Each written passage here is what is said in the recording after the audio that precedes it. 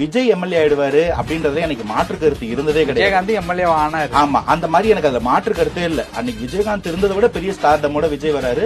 ரொம்ப ரொம்ப கால்குலேட்டிவா காய்கள் நகர்த்திட்டு வராரு விஜய். சோ எனக்கு அதுல டவுட் இல்ல. நான் என்ன எதிர்பார்த்தேன்னா, தாவேக்கா யாரும் அச்சீவ் பண்ணாத ஒரு ஓட் மார்ஜின் அச்சீவ் பண்ணுவாங்க, அங்கிருந்து தாவேக்காவோட அரசியல் துவங்கும் அப்படின்னு தான் நினைச்சிருந்தேன் உள்ளபடியே. ஆனா இவங்க நகர்த்திட்டு கொண்டு போறத பார்த்தா அவ எடுக்கிற முடிவுலாம் நமக்கு சாதகமா தான் இருக்கு. வடிவேல் சொன்ன மாதிரி திமுக ஊழல்ல மாட்டுறாங்க, குடும்ப அரசியல்ல மாட்டுறாங்க, ஆன்டி இன்கம்பன்சில மாட்டுறாங்க. அஇஅதிமுக தான் பண்ணிடுவாங்களோன்னு நினைக்கிறதுக்குள்ள கூட்டணிக்குள்ள போய் மாட்டிட்டாங்க. இப்ப வேற ஆப்ஷனே இல்ல. தேர்ட் பிளேஸ்க்கு ஆள் இல்லன்னும் போது தேர்ட் பிளேஸ்ல இருக்கக்கூடிய விஜய் ஆப்வியஸ்லி செகண்ட் பிளேஸ்க்கு ப்ரோமோட் ஆயிட்டாரு.